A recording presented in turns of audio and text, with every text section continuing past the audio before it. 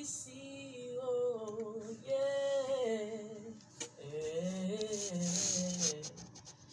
Par sa liberté qu'on apprend à vivre, apprend à aimer la famille. Fidèles auditeurs, bienvenue à l'émission L'heure de la restauration.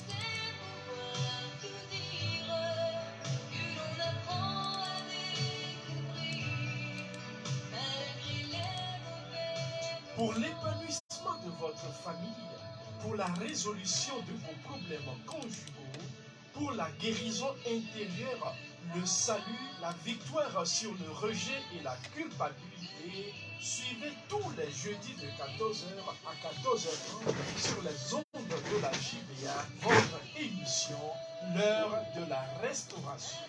L'heure de la restauration, une production du Cercle d'études et de réflexion pour l'épanouissement de la famille CREF. Pour vos conseils et prières, appelez le 99 48 94 25 ou le 92 61 65 04. Que le Seigneur vous bénisse pour votre fidélité d'écoute. Auditeurs de la JVA, nous vous saluons encore une fois dans le beau et précieux nom de notre Seigneur Jésus-Christ. Vous êtes précisément à l'heure de la restauration de l'association CREF, le cercle d'études et de réflexion pour l'épanouissement de la famille. Vous avez au micro votre fidèle serviteur, l'évangéliste Antoine Kofi, et vous aussi. Alors cet après-midi, vous nous suivez sur les antennes de la radio de l'évangile 100.7 à Lomé et 104.1 dans la région des Plateaux, précisément à Agou. Et vous nous suivez également sur notre page Facebook que vous pouvez aimer, partager avec vos amis afin de suivre ce que le Seigneur a pour nous cet après-midi. Donc cet après-midi, nous avons comme thème les conséquences misérables de l'adultère. Les conséquences misérables de l'adultère. Et nous allons prier. Notre Dieu, notre Père, à chaque instant de notre vie, tu ne cesses de nous instruire, de nous mettre en garde sur tout ce qui peut nous constituer notre perte. C'est pourquoi cet après-midi encore, Seigneur, tu veux encore nous utiliser, nous qui ne sommes rien, pour pouvoir parler à ton peuple.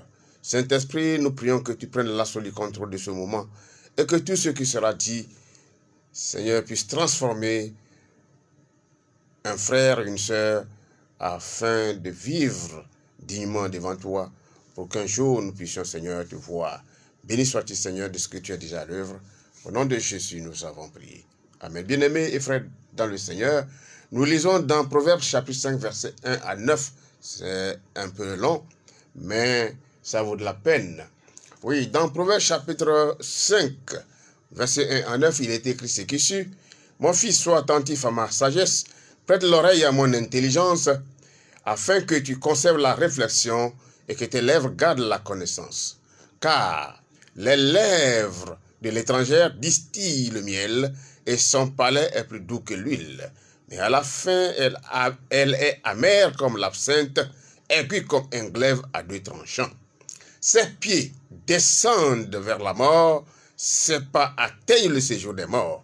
Afin de ne pas considérer le chemin de la vie, elle est errante dans ses voies, elle ne sait où elle va. Et maintenant, mes fils, écoutez-moi, et ne vous écartez pas des paroles de ma bouche.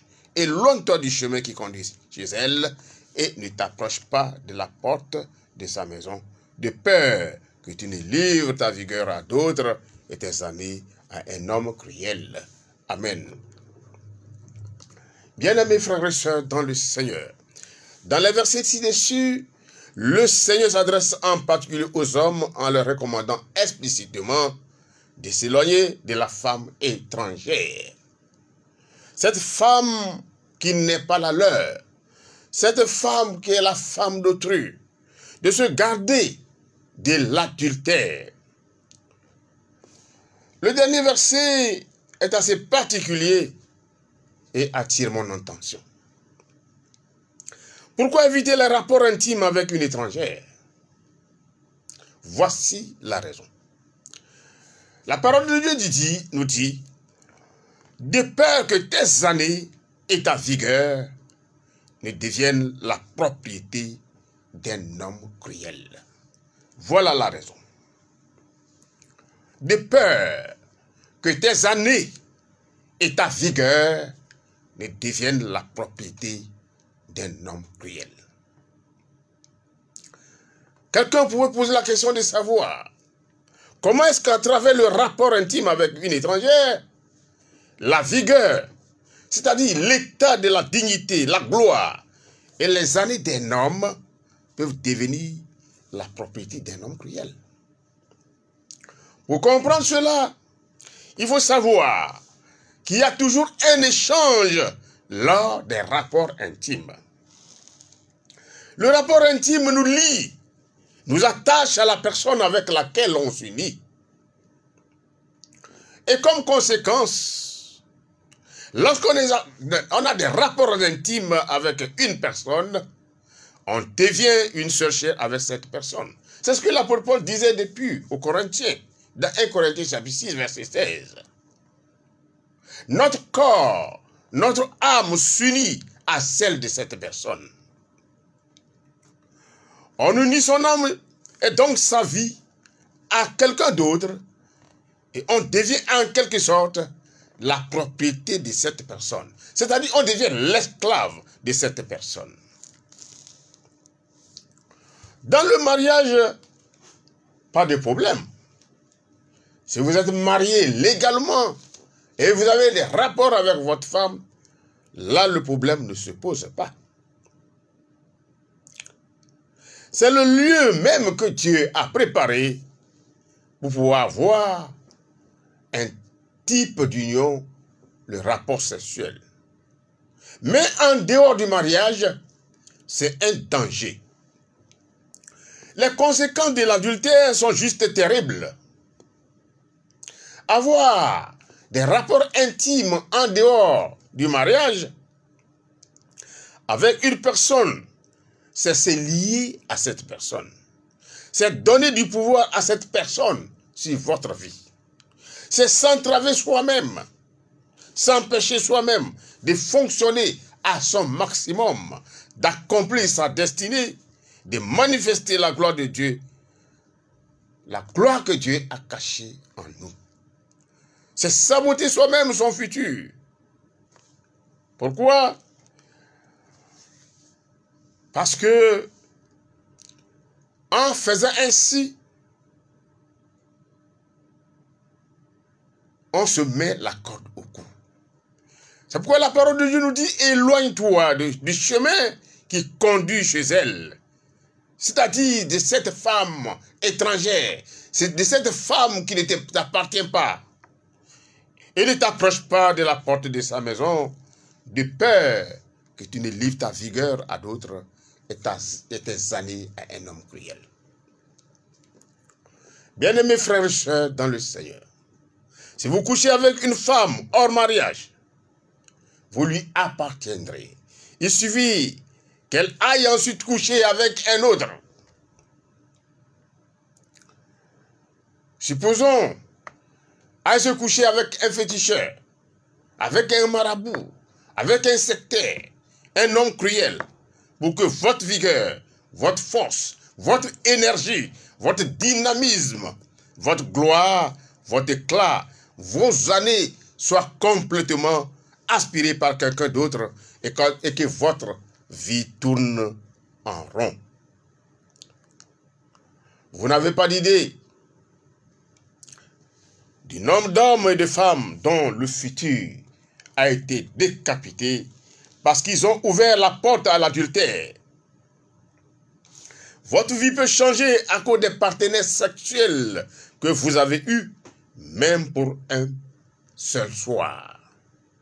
Je reçois souvent des messages de femmes dont les maris sont tombés dans l'adultère et ces femmes rendent toujours ce témoignage. Elle dit, par exemple, je ne le reconnais plus, mon mari. Il a changé de bout en bout. Et il dit, et fait des choses qu'il ne faisait pas auparavant. Et certaines d'ajouter, il ternit. Qu'est-ce qui est en train de se passer dans la vie de mon mari? Je ne le sais pas. Quelqu'un est en train de le vider. Oui, parce qu'il y a eu un transfert émotionnel, un transfert spirituel entre lui et la femme avec qui il l'a couché. Il n'est donc plus uniquement en connexion avec cette femme, mais potentiellement aussi avec les amants passés futurs de cette femme. Parce que en se couchant avec cette femme, vous avez échangé quelque chose. Et ce que vous avez échangé personnellement, c'est le sang. Et le sang de l'homme, c'est la vie. La vie de l'homme se trouve dans son sang. Voilà que tu échanges ton sang avec une inconnue, celle-là que vous ne connaissez pas.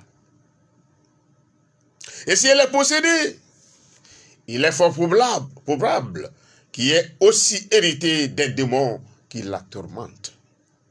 Et si cette démon la tourmente, évidemment que vous avez pris dans votre corps ce démon. Quelle folie, quel gâchis, mon frère, ma soeur. Pour quelques minutes de plaisir, bafouez votre vie sans le savoir. La parole de Dieu nous rappelle ici qu'à les lèvres de l'étranger distille le miel, et son palais est plus doux que l'huile. Mais échange de paroles mielleuses, douces. Oui, c'est ce qui arrive souvent. Vous rencontrez cette femme, un bonjour, une soirée, et vous échangez des paroles doucereuses qui distillent des miels. Des échanges, cela fait partie du jeu de la séduction. N'oubliez pas dans le jardin d'Éden comment le serpent a séduit la femme Ève par des bonnes paroles pour lui dire des choses impossibles. Voilà la femme étrangère. Mais à la fin, les paroles de cette étrangère sont aiguës comme une épée à deux tranchants. Une épée qui coupe dans tous les sens, blessant l'âme et le corps, détruisant tout sur son passage. Bien-aimés frères et sœurs, chacun est esclave de ce qui a triomphé de lui. C'est ce que l'apôtre Pierre nous dit dans 2 Pierre chapitre 2 verset 19. Il dit, il leur promet de la liberté quand ils sont eux-mêmes esclaves de la corruption, car chacun est esclave de ce qui a triomphé de lui. L'esclave de l'immoralité sexuelle sacrifie son honneur, sacrifie sa vigueur, sa force, sa réputation. Des années qui auraient pu être paisibles, des années qui auraient pu être productives et heureuses à quelqu'un de cruel, le conduisant à la pauvreté, à la ruine, à la destruction et à la ruine financière, émotionnelle, la ruine morale, physique, voire éternelle pour ceux qui ne se repentent pas. Quant aux lâches, nous dit la parole de Dieu, aux incrédules, aux pécheurs, aux abominables, aux meurtriers, à ceux qui vivent dans l'immoralité sexuelle, aux sorciers, aux idolâtres et à tous les menteurs, leur part sera dans les temps ardent de feu et du soufre. C'est la seconde mort. Apocalypse chapitre 21, verset 8. Plus je médite sur cela, et plus je découvre l'horreur de l'infidélité, de l'adultère, et comment l'ennemi s'en sert pour enchaîner des âmes, voler, asphyxier et détruire des familles. Plus je réfléchis dessus, et plus je suis horrifié par les dégâts de l'infidélité. Que Dieu nous aide et nous éclaire là-dessus. Mais la question ici est de savoir, peut-on expérimenter la restauration après un adultère? Oui. Même si les choses ne seront plus jamais comme avant, on peut l'expérimenter. Et c'est le lieu de le faire. Maintenant, toi qui m'écoutes, peut-être que tu l'as fait sans le savoir. Tu as passé par ces étapes. Tu es actuellement lié par une femme étrangère et que tu n'arrives pas à t'en séparer. Mais cet après-midi, le Seigneur te parle. Le Seigneur t'appelle. Il faut faire comme ce fils prodigue. Qu'à un moment donné, il a compris qu'il a suivi la mauvaise voie. Et il a dit, je me leverai. Oui, c'est à ton tour, mon frère, ma soeur, toi qui m'écoutes en ce moment. C'est à ton tour de dire, je me leverai. Lève-toi maintenant. Toi qui es enchaîné. Toi qui es esclave de tes désirs sexuels. Lève-toi. Viens à la croix de la repentance. Dis Seigneur, pardonne. Pardonne. Et le Seigneur, qui est miséricordieux, qui est lent à la colère, il est prêt à te pardonner. C'est ce que David a pu faire à un moment donné. Il a dit, pardonne, mon Seigneur, de tous mes péchés. David a reçu le pardon. Néanmoins, les conséquences ont été terribles. Mais l'essentiel, c'est de revenir, Seigneur. Revenir au Seigneur. Expérimenter la restauration. Le Seigneur est prêt à te pardonner. Voilà ce que nous avons pour vous ce matin. Et cet après-midi, bien-aimé, ça vous de faire le choix. Le choix d'y revenir à des meilleurs sentiments. Nous allons prier. Nous allons prier et nous allons demander maintenant au Seigneur, le Dieu de la miséricorde, qui a dit dans cette parole que cette fois le juste tombera, mais cette fois il le relèvera. Seigneur notre Dieu, notre Père, voilà des paroles de puissance, des paroles qui appellent à la repentance, des paroles qui appellent à réfléchir sur l'état de notre vie. Je prie maintenant en faveur d'un frère, d'une sœur, qui est sur une pente glissante. Il est déjà oxyfié. Mais ma prière est que, à travers cette parole, il puisse revenir à de meilleurs sentiments. Je te les confie, Seigneur. Tel David, un jour, qui a reconnu et qui a demandé pardon, qui a pardonné. Pardonne à un frère, pardonne à une sœur en ce moment, à une sœur en ce moment, Seigneur, afin que il puisse expérimenter la restauration après ce moment d'infidélité. Dieu de grâce et d'amour, Dieu de compassion, toi qui n'aimes pas la mort du pécheur, je prie, Seigneur, pour tout cela, Seigneur, qui à un moment donné de leur vie se sont laissés égarés. Aide-les. Tel ce fils prodigue qui a reconnu ce jour. Il a dit, j'ai péché contre le ciel et j'ai péché contre mon père. Il s'est levé, il est revenu. Mais le papa ne l'a pas renvoyé. Reçois maintenant un frère, reçois maintenant une sœur. Père, merci pour ta fidélité, merci pour ta grâce. Merci pour ton amour qui est intarissable. Nous reconnaissons que tu ne changes pas, que tu ne connais ni changement ni variation. Toi qui dis que tu pardonnes toujours. Reçois maintenant la gloire et l'honneur. Merci de l'avoir fait. Au nom de Jésus, nous avons prié et reçu. Amen. Bien-aimés frères et sœurs, c'était à l'instant l'heure de la restauration de l'association CREV, le cercle d'études et de réflexion pour l'épanouissement de la famille. Si vous désirez recevoir des conseils ou des prières, alors Vous pouvez nous joindre au 99 48 94 25. 99 48 94 25. Ainsi, nous allons essayer de prier avec vous. Et si vous désirez des conseils, nous pouvons encore une fois vous les prodiguer. Merci. La semaine prochaine, si le Seigneur tarde à venir, alors nous allons encore une fois nous retrouver. Restez toujours bénis. Que le Seigneur soit avec vous. Au nom de Jésus. Amen.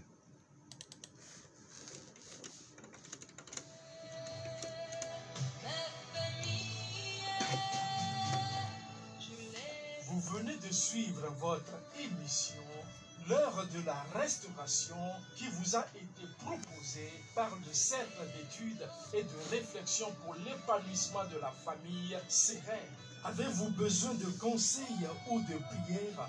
Une équipe attentionnée est à votre disposition et répond au 99 48 94 25 ou 92 61 65 04. Merci et à la semaine prochaine sur les mêmes ondes.